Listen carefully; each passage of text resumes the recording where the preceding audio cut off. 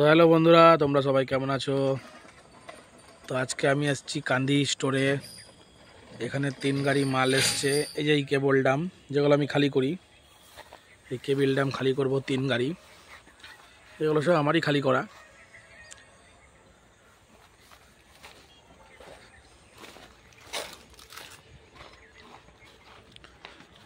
এখানে আছে 1 গাড়ি, ওখানে একটা গাড়ি রাখা আছে, আর একটা গাড়ি গেটের বাইরে আছে। এই দুটো খালি করার পর ওই গাড়িটা ঢুকবো। এই কেবল ড্রামগুলো ওইখানটায় রাখবো, ওই গ্যাপে। চলো তোমরা ভিডিওটা দেখতে থাকো।